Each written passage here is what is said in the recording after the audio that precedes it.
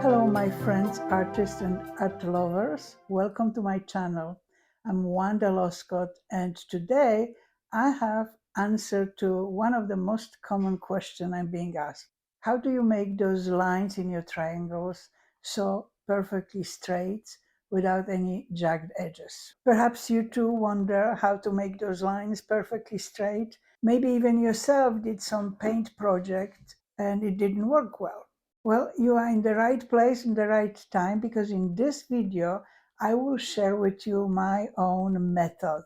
It took a lot of time, a lot of patience and practice to develop this method.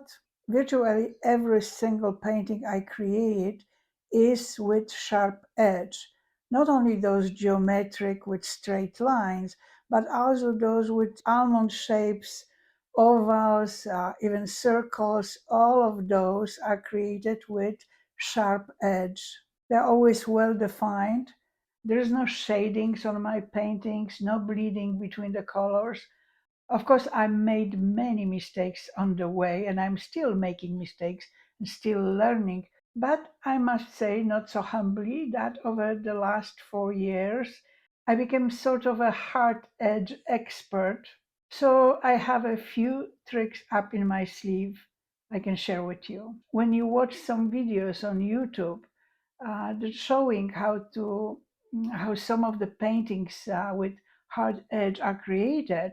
It all looks quite easy. You simply apply that famous blue tape, then brush or spray your paint, remove the tape, and voila, here it is, the perfect edge. Sometimes it is like that, but usually there are a few crucial steps in between that those videos are not showing. And if you will not do those extra steps, you will end up with the paint bleeding through the tape, resulting in a messy, jagged edge. Now, I must say that in some cases, you can paint right away without those extra steps. For example, when you use a rather thick paint, but then you end up with visible brush marks. And those visible brush marks for me is a deal breaker. It also seems to me that when you apply spray paint, you are okay. But I am against using all kinds of sprays because we have already enough ozone holes in atmosphere. Of course, there is a limited number of colors with sprays. I like to mix my own colors. So you might want to try, but please be mindful. The chemicals used in those aerosols are toxic, and it is one of the leading causes of global warming.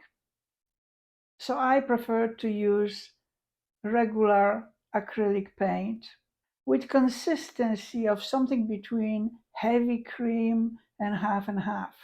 This way I can achieve a perfectly flat surface with no visible brush marks. Unfortunately, that kind of softly flowing paint has a tendency to leak through that painter's tape like there is no tomorrow. It just sips through it. So one of those extra steps I need to take is to do something to prevent that leakage. It begins with choosing the right tape. I like to use very narrow tapes because I paint small elements. And of course, I prefer to use medium level of adhesiveness. I want to make sure that I don't remove it with part of my paintings. Thank goodness I found a tape that lays perfectly flat and is the best choice for my purpose. It is called 3M 2080 Scotch Blue Painter's Tape. You will find a link to that tape on Amazon in the video description below. But for now, I'm assuming that you found already some kind of painter's tape, at least to begin, and you are ready to start your project. The first thing I want you to do is properly apply the tape to canvas or whatever surface you are painting on. Now it is important to press down firmly the edges to give it a good seal. Be careful, you want to stretch the tape a little bit so that it lays perfectly flat, but you don't want to stretch it too much because that is one of those things that causes paint to bleed underneath the tape. After tape is already attached, use your finger to burnish the tape. You see on my videos quite often how I repeatedly go over the edges on tape with my finger. And this is the reason why I do it, to make sure that it's attached firmly, especially on the edges. Now, after you burnish the tape, it is more secure, but it's still not perfectly sealed. The paint still can leak through that tape. So we have another step to prevent leaking. There are a few so-called mediums available on the market that you can apply to tape to prevent bleeding. I tried probably all of them, and the one that works best for me is a special mixture I prepare specifically for this purpose. It is a blend of two golden mediums, GAC 200 and GAC 500. It is mixed at 3:1 ratio, meaning that there are 3 parts of GAC 200 and 1 part of GAC 500.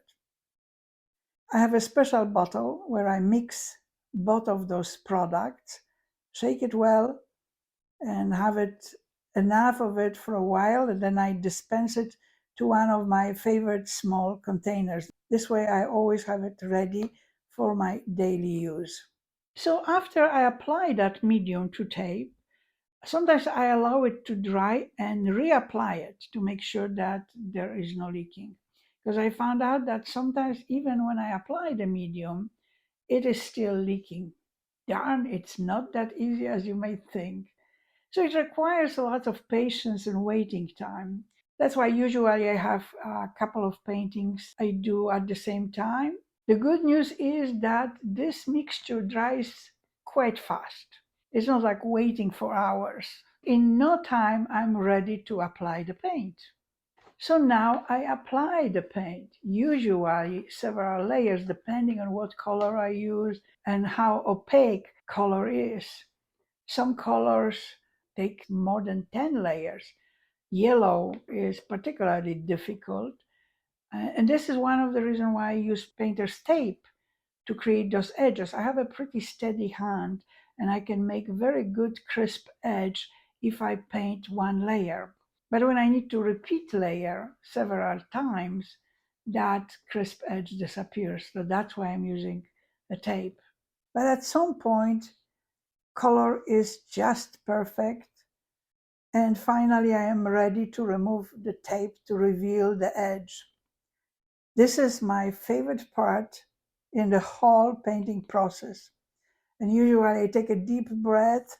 Unfortunately, sometimes the edge is not so perfect and it requires corrections.